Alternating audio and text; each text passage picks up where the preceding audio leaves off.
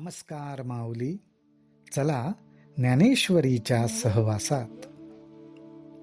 ज्ञानेश्वरी अध्याय 3, 169 ते 176 ओव्यांच्या सहवासात आपण जाऊया. ज्ञानोबाराय आपल्याला सांगतायत, अगदी उघडपणे सांगतायत की मुक्तपणे कर्म करा, सत्कर्म करा, ज्या कर्मामध्ये स्वार्थ नाही, इच्छा अपेक्षा नाहीत, परंतु केवळ आणि केवळ स्वतःचं हित, दुसऱ्याचं हित एवढंच त्याच्यात अंतर्भूत आहे. त्या वृत्तीला ज्ञानी वृत्ती म्हटलंय. पण केवळ कर्मफळावरती डोळा ठेवून कर्मफळ मला जसं पाहिजेल त्याप्रमाणेच मिळावं ह्या वृत्तीने जो कर्माच्या मागे धावतो त्या वृत्तीला अज्ञानी वृत्ती म्हटलेलं आहे. त्याच्याऐवजी जो साधक, ज्ञानी साधक, ज्याला आपल्याबरोबरच अनेकांचं कल्याण व्हावं असं वाटतं, तो लोकसंग्रह करतो, धावून धावून भरपूर सत्कर्म करतो, पण कर्मबंधनात पडत नाही, कारण स्वतःसाठी तो काहीच करत नाही. अशा प्रकारे तो स्वधर्मरूपी कर्माचं आचरण करतो. ज्ञानोबाराय म्हणतात, देखे फळाची आशा आचरे कामुक जैसा, कर्मी भरू होआवा तैसा निराशाही. ह्याचा अर्थ असा, ज्याप्रमाणे एखादा कामनिक, लोभी मनुष्य स्वतःला जे मिळवायचं आहे ते मिळवल्याशिवाय स्वस्थ बसत नाही आणि हात धुवून कर्माच्या पाठीमागे लागतो, कारण कर्मफळ त्याला त्याच्या इच्छेप्रमाणे हवं असतं. तशाच प्रकारे ज्याच्या मनातून सर्व इच्छा निघून गेलेत, ह्याचाच अर्थ असा, ज्याचं मन पूर्णपणे समाधान पावलेलं आहे, असा ज्ञानी साधक सुद्धा ह्या लोभी माणसाप्रमाणेच कर्म करतो. दोघांच्या कर्म करण्यामध्ये काही फरक नाही. हे वरवर दिसायला. मुख्य फरक कुठे? तर ज्ञानी साधक, ज्ञानी व्यक्ती कर्मफळावर डोळा ठेवून कर्म करत नाही. त्याच्या उलट अज्ञानी व्यक्ती कर्मफळावर डोळा ठेवून कर्म करते. म्हणूनच माऊली म्हणतात, देखे फळाची आशा आचरे कामुक जैसा, कर्मी भरू होवावा तैसा निराशाही. आणि हे सगळं कशासाठी करायचं? ज्ञानी साधकाला असं कर्म करण्याची आवश्यकता काय? तर जे पुढत पुढती पार्था हे सकळ लोकसंस्था. ज्ञानोबाराय म्हणतात, हे सकळ लोकसंस्था, ही संपूर्ण लोकसंस्था रक्षणीय सर्वथा म्हणवनीय. या संपूर्ण समाजाकडे लोकसंस्था म्हणून ज्ञानोबाराय बघतायत. एखाद्या संस्थेचं काम कसं चालतं? एखादी संस्था, आणि संस्था म्हणूनच नावारूपाला येते त्यावेळीच त्याला ऑर्गनायझेशन म्हटलं जातं. ऑर्गनायझेशन कशाला म्हटलं जातं? ज्या ठिकाणी सर्व ऑर्गनाइज्ड असतं, ज्या ठिकाणची व्यवस्था व्यवस्थित असते, नीटनेटकेपणा असतो, विवेकाच्या आधारे कर्माकडे बघितलं जातं. ज्ञानोबाराय सर्व समाजाकडे एक लोकसंस्था म्हणून बघतायत आणि ही लोकसंस्था टिकावी, त्याचं रक्षण व्हावं, म्हणून ज्ञानी साधकाला कर्म करणं आवश्यक आहे. कसं कर्म करावं? मार्गाधारे वर्तावे, विश्व हे मोहरे लावावे, अलौकिक नोहावे लोकांप्रती. ज्ञानी साधकांनी कर्म कसं करावं? स्वधर्माला धरून करावं. स्वतःचं हित आणि दुसऱ्याचं हित याचं रक्षण करत त्या मार्गाने वाटचाल करावी आणि त्यामध्ये विश्वाचं कल्याण करावं. पण हे सगळं करत असताना सुद्धा त्या ज्ञानी साधकांनी साधेपणाने राहावं. अलौकिक नोहावे लोकांप्रती.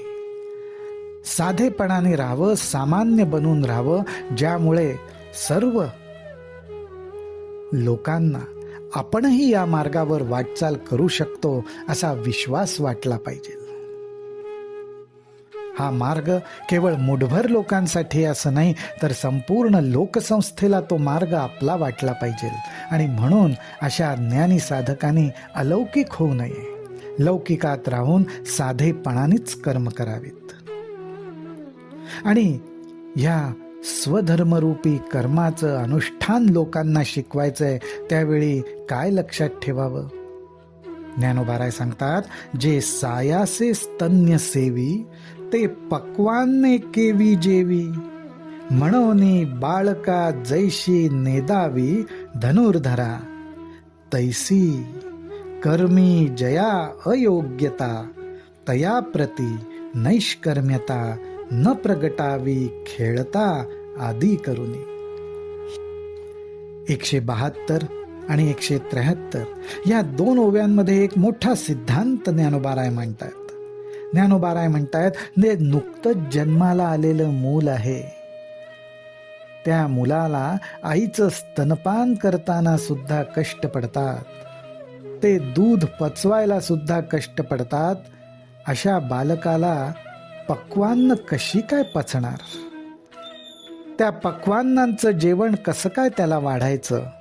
हा दृष्टांत देताना माऊलींना एवढंच म्हणायचंय की ज्याप्रमाणे एखाद्या व्यक्तीला कर्म कसं करावं, सत्कर्म म्हणजे काय, स्वधर्म म्हणजे काय, स्वधर्मरूपी कर्माचं अनुष्ठान म्हणजे काय, कर्मफळाकडे लक्ष न ठेवता कर्म कसं करावं, ह्या कुठल्याच गोष्टी माहिती नाहीत. म्हणजेच नुकतंच जन्माला आलेलं ते मूल आहे. अशा व्यक्तीला निष्काम कर्म, नैष्कर्म्य, निरपेक्षपणे करणारं कर्म ह्याविषयी उपदेश करायची घाई करू नये, तर त्याच्याऐवजी सत्कर्माचाच बोध करावा. तेथे सत्क्रियाची लावावी, तेची एकी प्रशंसावी, नैष्कर्म ही दावावी आचरोनी. ज्ञानोबाराय म्हणतायत, तिथे सत्कर्म, सत्क्रिया ह्याच गोष्टींकडे लोकांना वळवावं. कारण सत्क्रिया आणि सत्कर्मच सावकाशपणे हळूहळू निष्काम कर्माकडे घेऊन जातात. आणि ज्ञानी साधकांनी स्वतः कर्माचं आचरण करत असताना निष्काम कर्म कसं करायचं असतं हे स्वतःच्या आचरणातून दाखवून द्यावं. हा फार मोठा सिद्धांत ज्ञानोबारायांनी इथे मांडलेला आहे. आणि अशा ह्या ज्ञानी साधकाला तया लोकसंग्रहा लागी वर्तता कर्मसंगी, तो कर्मबंधू अंगी वाजेल ना. ज्ञानोबाराय म्हणतात की अशा रीतीने सत्कर्म करत असताना त्या ज्ञानी साधकाभोवती फार मोठा लोकसंग्रहही साचतो. तो भरपूर लोकांच्या संपर्कात येतो, लोकांशी संपर्क त्याचा वाढतो. पण अशा प्रकारे कर्मामुळे लोकांच्या संपर्कात आला तरी कर्मामुळे तो बांधला जात नाही. कारण का, तर तो स्वतःसाठी कुठलंच कर्म करत नसतो आणि त्यामुळे अनेक प्रकारची सत्कर्म करून सुद्धा तो मुक्तच असतो. आणि हे समजण्यासाठी नेहमीच्याच पद्धतीने ज्ञानोबारायांचा एक सुंदर दृष्टांत आहे. ते म्हणतात, जैसी बहुरूपियांची रावो राणी, स्त्री पुरुष भावो नाही मनी, परी लोक संपादनी तैशीच करीते.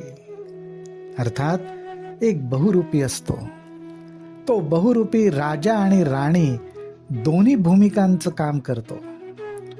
पण राजा आणि राणी या दोन्ही भूमिका त्यांनी केल्या तरी त्याच्यामध्ये स्त्री पुरुष असा भाव काही उत्पन्न होत नाही. तो फक्त ती भूमिका बजावत असतो. थोडक्यात म्हणायचं झालं तर एकच कलाकार अनेक भूमिका करतो. स्त्री भूमिका करतो, पुरुष भूमिका करतो आणि त्या भूमिका सुद्धा तो इतक्या उत्कृष्टपणे करतो.